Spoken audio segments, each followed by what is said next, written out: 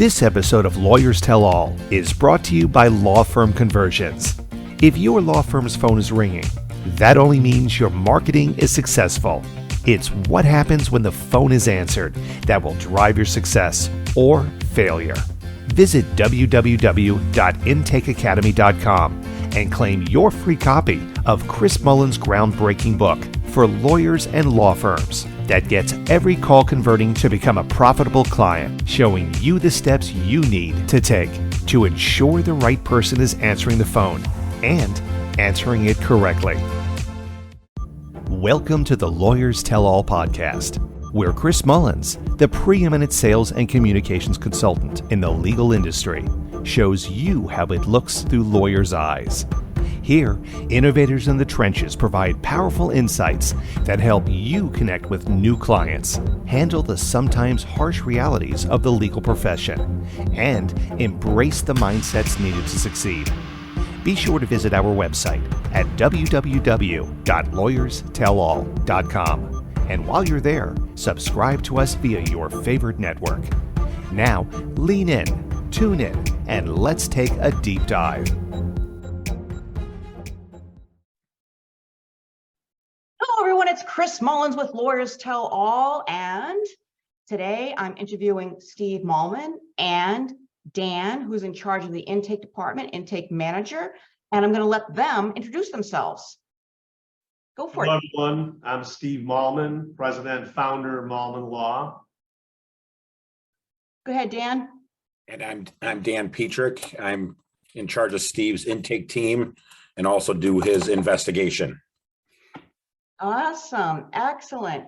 All right. So this is cool. I'm glad that we have both of you here. So talk to me about intake. Like, take me back before things were the red carpet, everybody. So go ahead. It doesn't, you guys could just talk. You know, it's funny. Maybe we should start. Dan has created the most incredible intake team and system, but before that, we did the worst thing you could possibly do, which, Chris, you told me a long time ago. Having your staff take the calls while they're paralegals, while they're doing medical records, not having people dedicated to intake. So once we figured out we need dedicated intake people, things improved, but we still had rollover. Also something you told me never to do. So we probably had 3 or 4 intake people, and then we had 7 or 8 people on rollover. What we learned is those rollover people don't pick up the calls because they're too busy and they get annoyed and they're not trained up. So we've eventually figured out that the ideal way is having people solely devoted to intake. They do nothing else, although we do employee answer transfer, so they take other calls. But the point is, they're not doing paralegal tasks, they're not doing medical record tasks, they're doing nothing other than taking calls. And they've been trained that way. And one of the things that we've noticed is our call volume dramatically increased, 500 or 600 calls a week, because I think people were just hanging up. Couple rings, Yeah. hang up. It took me a while to figure this out, but now that Dan has his bigger team in place, I don't know how many people there are exactly right now, Dan will tell you, our call volume's gone up, our caseload's gone up, and everyone's happier. Yeah. So we Awesome. went from just support staff answering calls to a few intake people and roll over to a dedicated intake team, and it's night and day. And I would say you're wasting your money if you don't have dedicated people to intake. Even if they have nothing to do, they could sit there, they could do birthday cards, holiday cards, Right. whatever, mail out checks. Mm-hmm. Fact is, if you miss one case in a whole day, you'd rather have that person sit there doing nothing and take that one call. Mm-hmm. Come on ahead. So, and that brings us to today where Dan's taking us. Yeah, perfect. So Dan, my question for you is, what happened?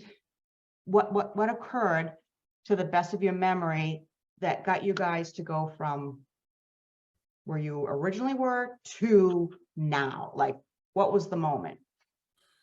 So to talk about where we originally were, I mean, that's a long story because that would predate even the computer system.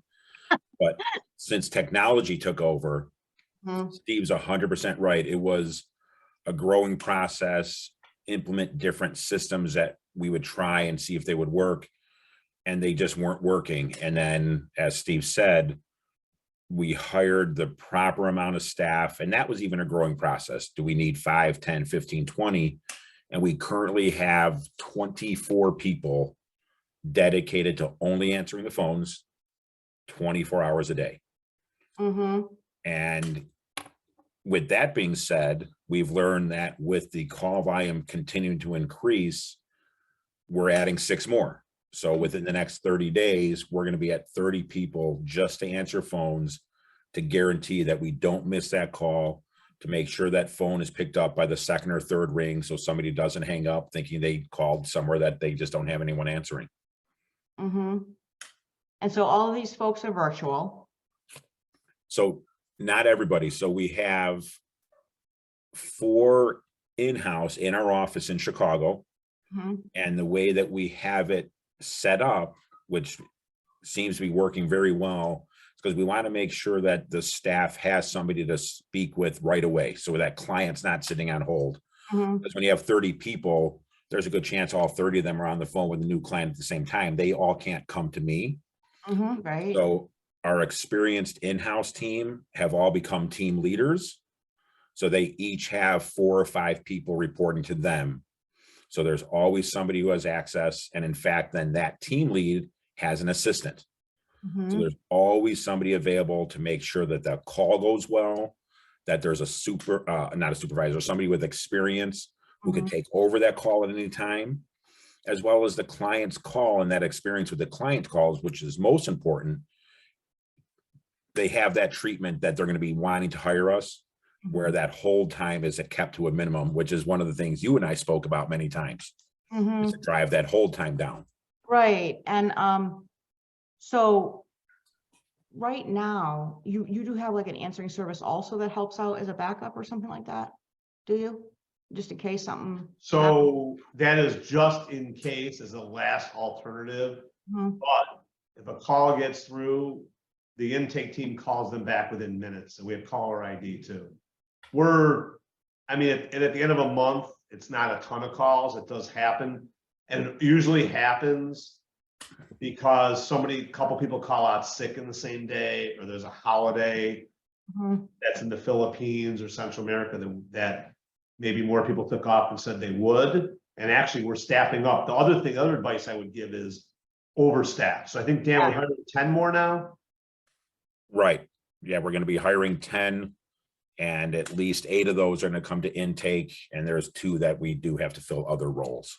And yeah, and these are virtual assistants. Like Dan said, the ones here manage them. Mhm. And I'd rather be overstaffed. We give them other things to do, but I mean, there may be times they're not doing that much, which is fine.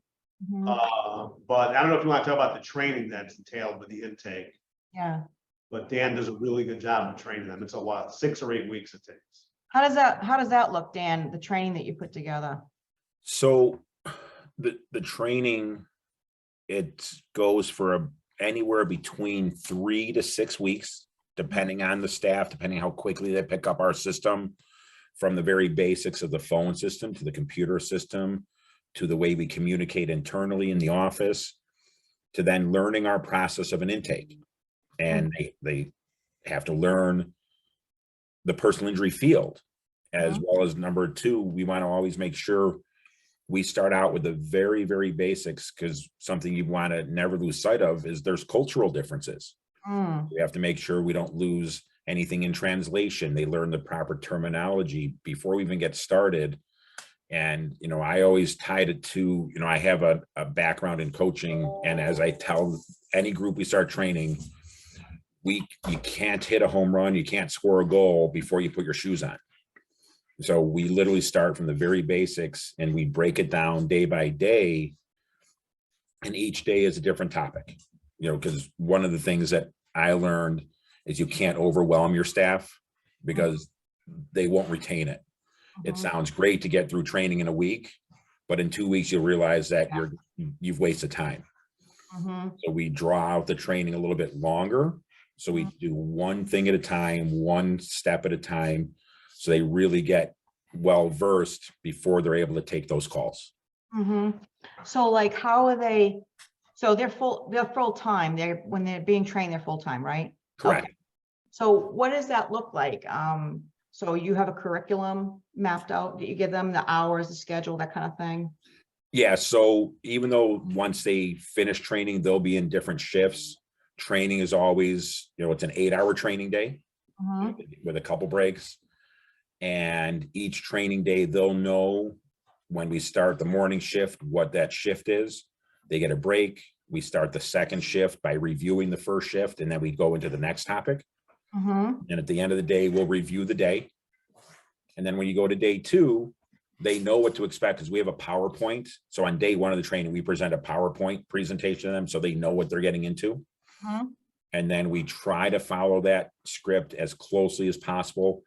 There's things that always happen, so you have to deviate a little bit, Mhm. but it's pretty structured. So I think at the end of it, we've gotten good feedback because the organization that we use that provides us, some of our leads, Mhm. they send them a survey, and the results in the survey have been pretty good, that the people have responded pretty well, that they like the training.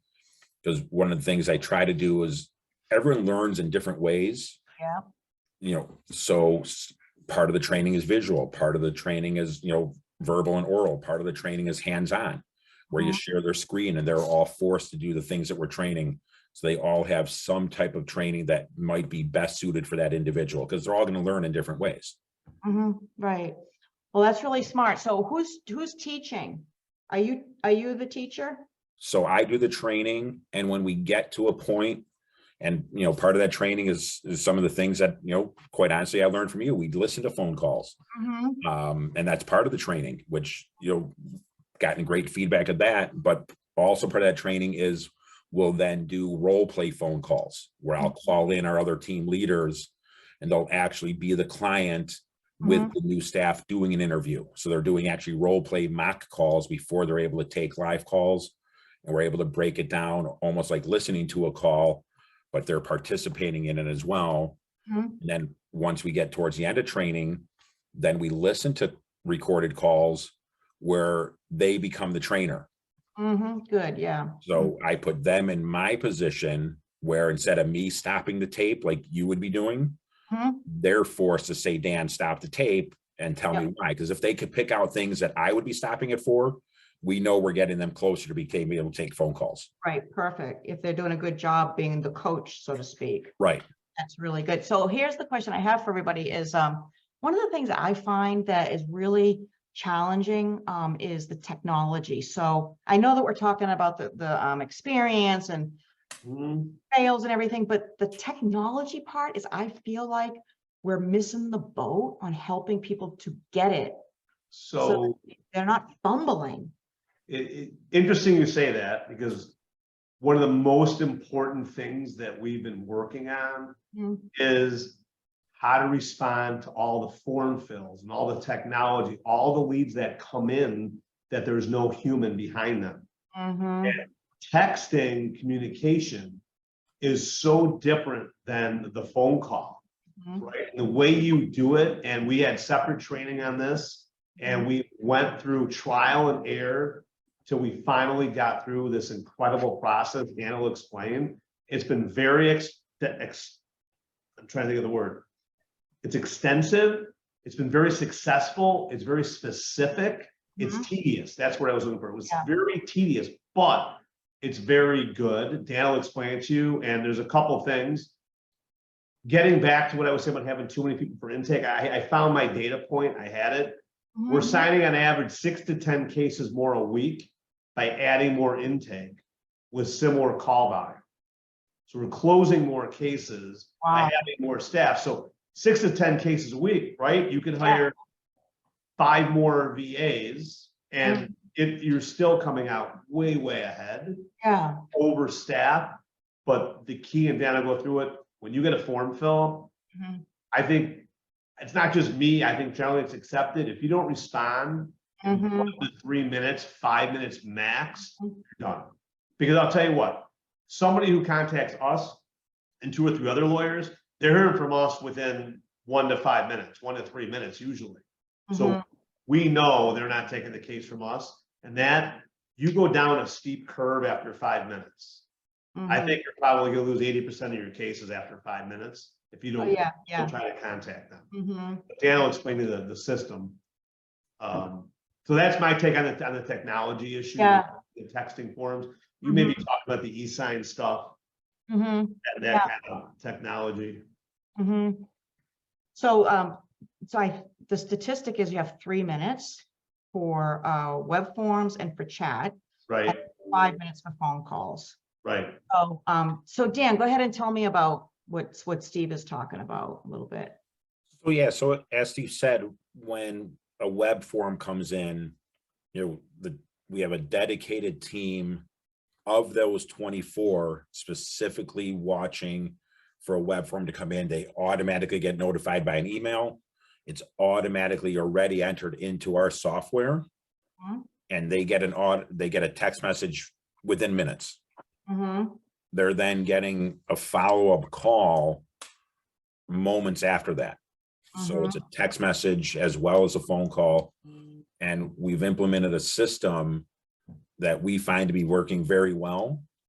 It's what we call, it's text, call, text, where our team, they'll text somebody first, just a little brief introduction. And that doesn't matter if it's an initial web importer or we've been following up with that person for 2 days. We never deviate from the system. And after they get that text, they'll get that follow-up call. Okay. If they don't respond, they'll get a second call and then a final text saying, basically, sorry, I missed you. It must be bad time. I'll call you, at another given time. At a minimum, those potential clients are being contacted 3 times per day, morning, afternoon, evening, because we don't know their schedules. Right. Ideally, in a perfect world, 4 times a day. Okay. And one more thing, Chris, just so you know, is the texts are all customized. Yeah. Okay. Good. So it says, Chris, I'm so sorry to hear you get rear-ended on, Route 66 yesterday, and you had to go to, Johns Hopkins Hospital. I hope you're feeling okay. I'm going to call you right now. So they know it's not spam because nobody answers their phone or responds to spam. So this way, we're pulling out their words, so they know it's real. Yeah. Is that AI that's doing that for you, or how are you guys doing that? We're looking at the intake, and the person who's doing the texting is immediately synthesizing the information and putting it in. Okay, perfect. Okay, so let me ask you a question. So Dan, what do you think about when somebody chats or does a web form? Can't you automatically get a phone call to the intake instead of, the email or the text? Like, it could be turned into a phone call, right? No, well, it does, but we're saying we text before. Yeah. Because nobody answers their phone unless you know what number it is, right? I don't answer calls unless I know who's calling me. So that's why we text before and then call. Is that what you were asking? Yeah, yeah. And so, but also like some chat services, I don't know about your chat service, but some chat services, when the chat comes in, they'll immediately get that person right to intake on the phone, so you don't have to like chase them. We do. I think they do warm transfers, right? Yes, one of the leads do. I don't know if all of them do, but yes, some of them do a warm transfer. No, They'll do a live chat, and then they'll say, one moment, let me see if I can get somebody. Yeah, right. Yeah. And they do a warm transfer right there. Okay, perfect. The other thing I was wondering about the technology part is, you can tell, as you know, when you listen to call recordings, if the intake specialist is just having a hard time, doing the intake, the CRM system, whatever it is. So how do you train on that part of it so that they can, they're just kind of doing it? So that's probably one of the biggest things that we're continuing to work on. Yeah. And that, unfortunately, is really just more so on the job training, because you can only do so much training when you're not actually talking to somebody. And even with the role play calls, they're not the same speed. They're not the same. You want to have that conversation with a client where it's not a robotic question and answer session. We really work hard in training them to do things at a conversational pace. And the way I describe it is, Chris, if I'm sitting at a coffee shop at Starbucks waiting for you to come in and you sit down and you say, I just got in a horrible accident, how would you talk to your friend? Right. That's what we're trying to get them to. And it takes time, and there's, we have some of our staff in Columbia who are now 7 and 8 months in, who are wonderful, and they've gotten it. And it's taken 7 or 8 months. So it's just a work in progress. So even after they get through that initial training, we have a team, what we call a team huddle every Monday to go over the previous week, go over the previous week's totals, what I call the good, the bad, and not so good. We don't like to use the word ugly. So it's the good, the bad, and not so good. Okay. Because if you don't address the not so good, how are you going to fix it? Right. And what the goals and expectations are for the coming week. And then if there's anything of urgency, which always happens, I send out a Zoom link and basically say, you all need to get in the Zoom in the next 30 minutes. Right. And we address anything, because if something happens on a Tuesday, I'm not going to wait till the next Monday to go over it.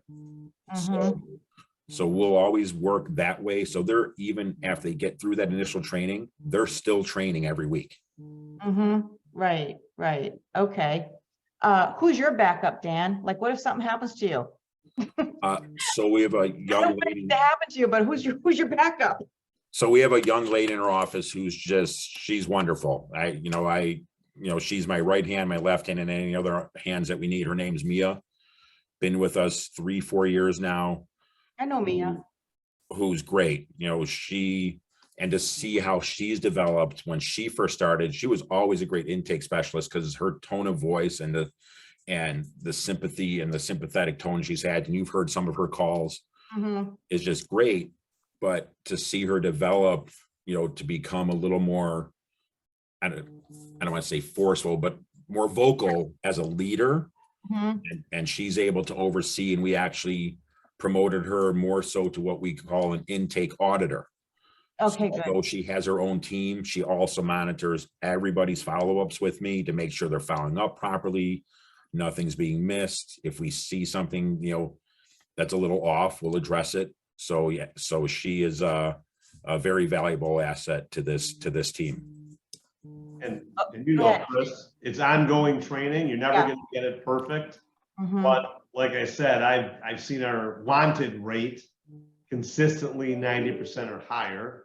And Dan's very hard in his calculations. Even cases that we know we're not going to get, but we want them. Even cases that we want that had no communication other than maybe they left a form or a Facebook lead or something, we still include them in what's wanted. So, but, and I always want it better, but 90% is pretty good. Yeah, I think it's awesome. Okay, so Steve and Dan, what do you do? How do you handle the accent? So what I mean by that is, the accent is the accent, but how do you coach and teach the intake specialist in Columbia to speak a little differently with some of the things that you can't change the accent, but to speak a little differently? How do you do that? So it's a great question. And of the thousands of calls that our intake team has taken, and we have staff in the Philippines, in Colombia, in Costa Rica. And yes, some of our staff have a heavier accent than some. And I could probably count on one hand of the individuals of potential clients who called us who would make a comment, can I speak with somebody without an accent? And we knew that going in, which is fine. And they know how to handle it. They know not to take anything personal. And they say, absolutely, no problem. And they just make sure they'll ask them, let me make sure I have your correct contact information just in case the call drops, and they'll get it over to one of us. Okay. Did you want to say something, Steve? No, I would love to hear, what you're doing with that. Yeah. Obviously, you've been exposed to more and more of this now. I wonder what you're doing. Yeah. So just kind of like what Dan said a little while ago, teaching them to specifically coach, like critique a call of theirs, but with the mindset of how to make it sound less like you're from Columbia, and let them say what they need to do so we know what they're thinking. And then just kind of role playing them and helping them with speech and language and words, and the words that are good to say, the words that aren't good to say, how to say certain things. So it's, getting into like language really, Right. and not trying to change the way they sound with their accent at all, but just with some of the words they use, Yeah. some of the slang that they might use. I mean, I talked to most of them at one point or another, and, I haven't had an issue, at all understanding them. Some of them have accents you can barely even detect, Mhm. but we've had great luck. Like Dan said, there's only been a handful of people who've been said something. So, Mhm. and like I said, our numbers have gone up so much that unfortunately, even if we lose a case here or there, I'm Mhm. not happy about it at all. But the Mhm. number of Yeah. cases we're picking up on a steady basis is just so much higher. Mhm. Yeah. Especially when, like I said, the number one killer is, and listen, you and I both know firms that still have a receptionist who then transfers the new case to certain paralegals. And let me tell you, I get sick thinking how many years, how many cases I've lost and didn't get because the phone would ring and nobody would answer it because they're too busy. You can never, I don't care how small you are, if you have one person dedicated to intake and you get 5 calls a week, you get one case, it's worth it. One case a week is going to cover a month. And if you're at a minimum, if you're thinking whatever your average fee is, like for us, it would cover one auto case would cover 2 months salary for the intake person. So if you can get 4 of those a month, you're way ahead. And you can give them other things to do. Like I said, there's a million other tasks they can be doing while they're waiting for the phone to ring. But the key is you got to have dedicated intake people. And you'd be amazed. I'm sure Chris. I mean, you helped us a lot, and I know, but I go to some events and I hear people tell me, yeah, I have my paralegal of 30 years takes all the new case calls. I'm like, how many new case calls are you getting a week? And I'll say 50. I'll say, she's having 50 cases a week, and it's 10 calls a day, and she's doing all your stuff. There's no way, it's not possible. Oh, we're doing just fine. Yeah, I They know. bring on a couple people and all of a sudden they're signing twice as many cases. Right. Yeah. I don't know. There's still a lot of firms that intake is reception, I know. and they're doing paralegal work, and they're doing intake work, and oh my goodness, I don't know. But so just for a quick moment, one of the other examples of like the language or how to speak is like you might hear someone from another country say something like, how can you give us your phone number? Instead of, may I have your phone number? Yep. Those are the things that I'm talking about that, Yeah. just to focus on, to help them to realize, oh, okay, this is how we say it here, but here's how they say it here, and then teach them that is really the thing that we're talking about mostly. Yeah, the small little things in the Yeah. language. The other thing is like hospitals or facilities that aren't a common name. It sounds odd to them. So you have to run by these groups of hospitals or doctors or whatever towns, whatever it may be, because they won't even be able to understand what it is. So that's a little bit of an issue. Yeah, right. But you work through it. You guys have the right mindset though, so you'll figure it out. Whatever the loose ends are, you're just going to figure it out, which is great. But what about this? How do you take care of your intake universe? How do you take care of them? How do you recognize them? How do you bonus them?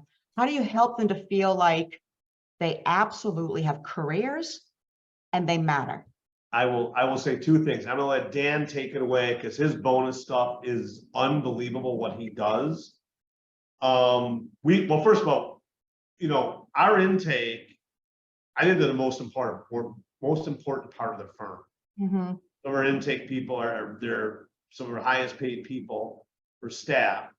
And the VAs, they're involved in all our meetings, their monthly meetings. Dan meets with them almost daily. Whenever we have an event, we FaceTime them in. But Dan will tell you about the bonus structure, what we do, and it's pretty incredible. So Dan. Go for it, Dan. So one of the things that we try to instill in them from day one is that proper mindset and I know we're using the term here now, VA. Mhm. When they come aboard, they will never hear that term with us. They are held to the same standards that our in-house team, we have, Mia or Derek or Cassie or Anna, just because they're here in Chicago, our staff, no matter where they are, if they're representing Malman Law by doing intakes and talking to our clients, they're held to those same standards. Mhm. So that's a mindset we want them to have, and I think that's one of the biggest things, the feedback that we've gotten is that they've never felt more involved in a company instead of just being a VA as a number. And I think that's been one of the reasons why we've had really good success with them. And we want them to find a home and a career here. Mhm. We invest a lot of time, a lot of money into training them. Mhm. So we don't want to have turnaround, just like we don't want to have turnaround if they were hired here. Mhm. So one of the things that we do is, depending on their productivity, how many cases that they're bringing in, that they're getting to sign, as well as we do things where, because we always want them to feel part of the team, is we'll do team challenges. When we have 25 to 30 people, we're able to group them into teams. They're team leaders, whoever they're leading at the end of the week, whatever team has been the most productive, they get an incentive. As well as, we don't want them to lose sight of how our office is set up, and the way it works is that everyone has to work together. So just because they get a case signed, when it then gets transitioned and it's retained and goes to be processed and goes to our case managers to order records, if none of us do it properly or well, you always risk losing that client. That's what we talk about, that red carpet treatment. It's not just from that first phone call. It's Mhm. from the Right. first phone call to when they get their final settlement check. So we do things with the other teams. We'll set something up where they have to work with with a case manager. So it's how many cases did they sign and how many demands did the case manager get out? And we do combinations of things, so they're all working harmoniously. Mhm. And it seems to be really working well. I see the messages, we use an internal slacking system. Yep. Mhm. Every day, how many did you do today? What did you get today? Hey, you got to get more. So they're really Yeah. pushing one another. And So, it seems we, just tell Chris some of the bonuses that you've done. Yeah, yeah. They've been really creative. well, We one time did them by country. That was a fun one. so yeah, we did, we had Colombia and the Philippines and the US. So we did one of those, as well as we just finished one where it was, like I said, case managers, case processing, intake, against another case manager, case processing, intake team. But then we broke it down even further, where then the teams within the teams, if that makes sense. Yeah. Mhm. So not only did you have somebody that was your teammate during that challenge, Mhm. it was also your challenger. Okay, yeah. Mhm. So they really find it, from the feedback we're getting, they really enjoy it. And the results seem to be really working, like where we're seeing not only with the conversion rate and intake and the number of demands going out, or is at a record setting pace. It seems like every month they're breaking their own records from the previous month. Mhm. To, as well as, getting the cases processed and getting the proper notices out. I mean, I'm just looking at the totals from last week. I mean, 40, 70, 80. And the processing team, there's 6 young ladies who do that. They processed 161 cases in a week. Wow. It's Which amazing. means open letters to the client, Okay. calls, property damage, setting up the claim, police reports, like the whole thing to get it ready for the lawyer. Okay, so are those folks also part of intake? No, So- so those are separate teams. Separate, So okay. so like the case process team, they have their own team leader. Her name's Lucy. Case managers, there's Okay, good, yeah. 15 of them now. So they have it. And so myself and those team leaders will always coordinate together on how we can make sure that each individual team keeps being as productive as we need them to be. Yeah, beautiful. But then the other thing too is, you know, with the bonuses, so there's individual bonuses and team bonuses. Right. Right, so everyone works together. What Dan was saying was, we make sure intake's still involved because you know, Right, we want to make sure that the cases get open quickly, so intake has the right information to get them open quickly. right. Okay, So it all kind of follows through. okay. And there's a million ways to do bonuses, you know, there's per case bonuses, there's, you know, end of the week total bonuses, there's monthly bonuses, so Mm-hmm. a million things you can do. So they get bonus on, so we're still doing the one call close? We're trying, yeah. That's what yeah, and so they get a bonus like for that maybe, and then, Follow-up gets a different bonus. Mhm. Close, if it's a follow-up, it's different. Those are harder, right? The follow-ups are harder to get than the one call close. Yeah, right, yeah. So Oh, those, yeah, yeah. yeah, 100%. So those can be even a bigger bonus. And we're constantly changing it. Dan and I had a meeting the other day with a good friend of mine, Ethan, you know, Ethan Ostroff from TKO. I don't think so. TKO is where the company we use for our VAs. Hmm. And Ethan also has a firm. Oh, okay. And he Mhm. has an intake team, and we met with him. We're always learning. He was in town. He ran through his Yeah. bonus structure, and it was amazing. And Dan and I are talking on how to kind of implement what he does. So he calls it, you know, the closers club. You want Okay, yeah. you Okay, know, so, yeah, TKO is where you get your VAs then, right. and turn them into intake specialists. Okay, the closers code. But Ethan also has an intake team because he has a practice too. And it's interesting because if you want to be in the closers club, you got to be able to do the one call close, and then Yeah, you get good. bonus, right? That's really good. That's really good. Okay, so what is it that you're still trying to fix? Like you're trying to figure out, what are you still trying to perfect here? I mean, I can tell you, having enough of these people answering the phones on intake, like we just keep, you know, we thought 6 or 8 was enough, and then we thought 15 was enough, and then we thought 25 was enough. Now we're gonna hire, how many more 6 or 8 are coming out of the 10 we're hiring? Mhm. I mean, it could be that we're busy and we're constantly growing, but I think for me, the number one hardest thing is keeping up with the right number of people. And I Yeah. just know you got to overstaff. And it's also something you told me Yeah, when we first met, is you got to overstaff. I get it, but you know, us lawyers, we're just hard heads and, you know, penny wise and dollar foolish. So I've learned that lesson. Mhm. And for me also, it's the, you know, the closing rate, right? How many of those one call closes can we take? Because when you chase and you Mhm. don't call, that's resources away Right. closing. So Yeah. it's a tough one. Mhm. Okay, so just a couple other quick questions. Why? So what is going on that we're still stuck?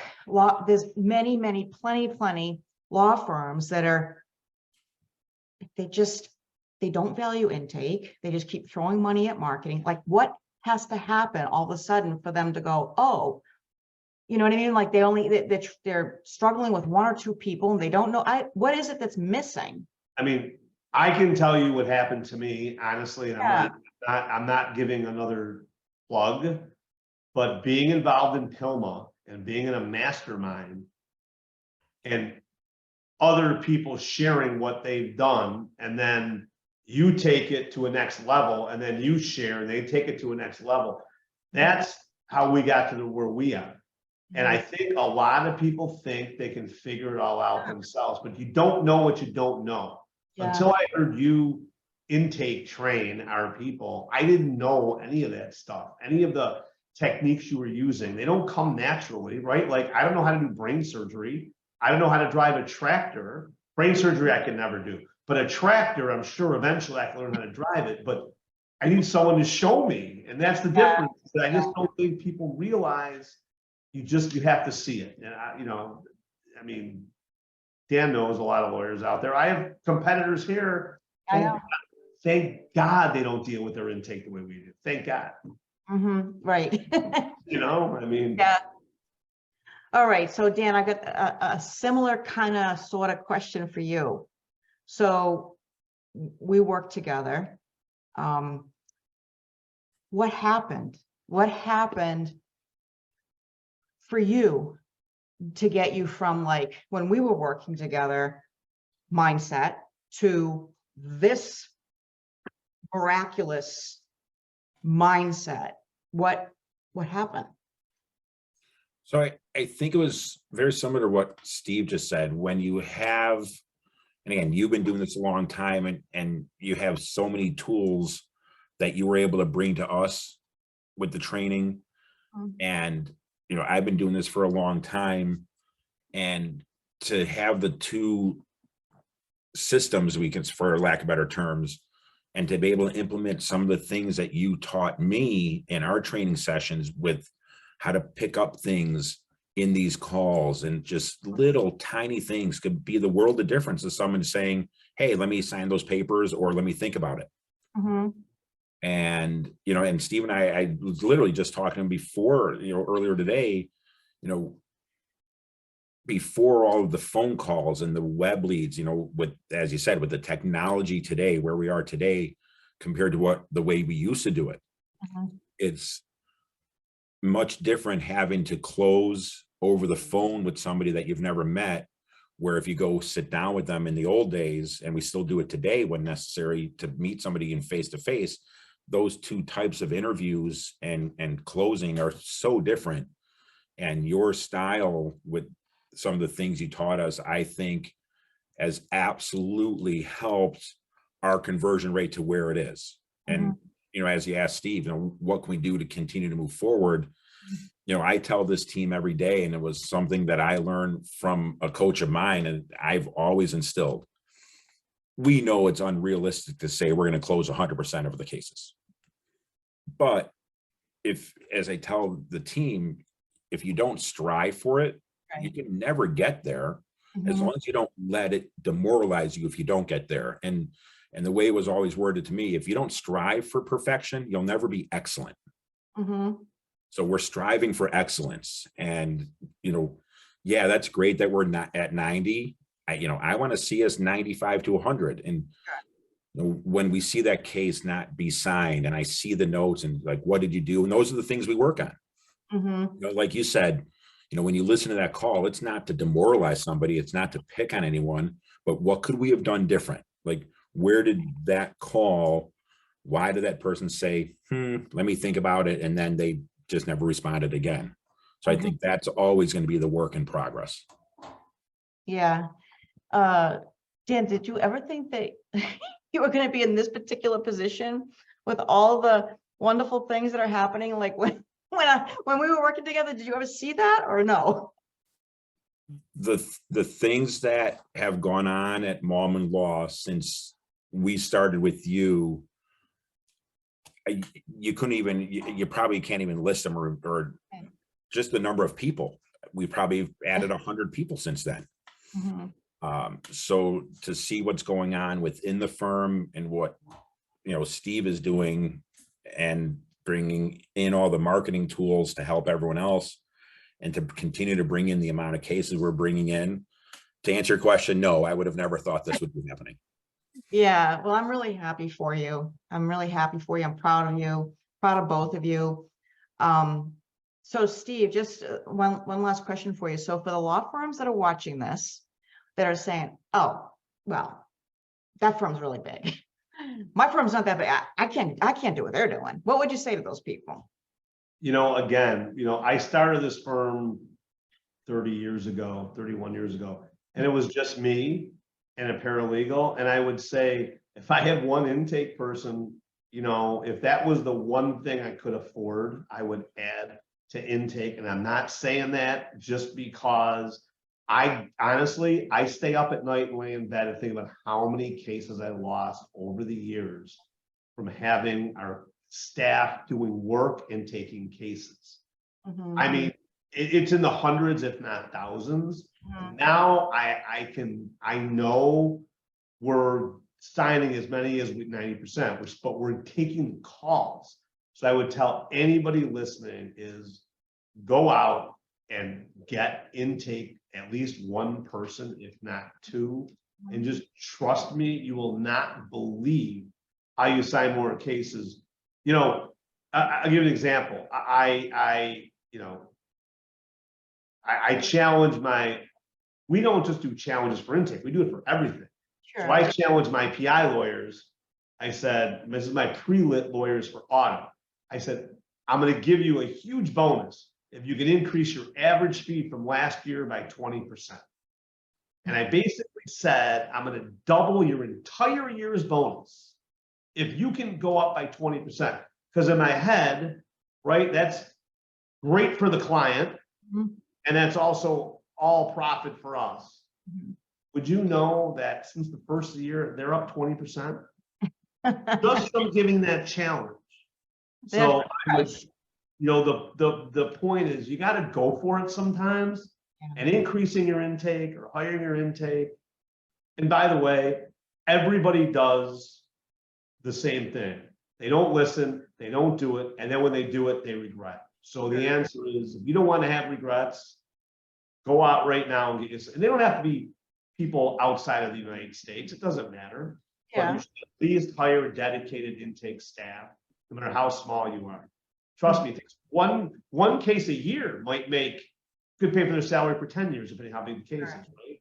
Yeah. So that's my note. And my second advice is to get trained on how to take calls and respond to people and be empathetic and know how to close a case to get it. And you got to be yourself. You have to be authentic.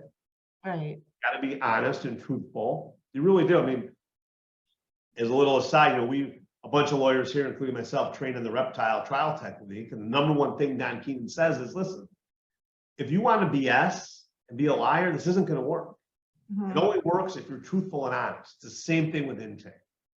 You really got to be empathetic, because you are empathetic, and you got to be truthful and honest. You're going to help this poor person needs your help. And then they'll feel it and they'll hire you.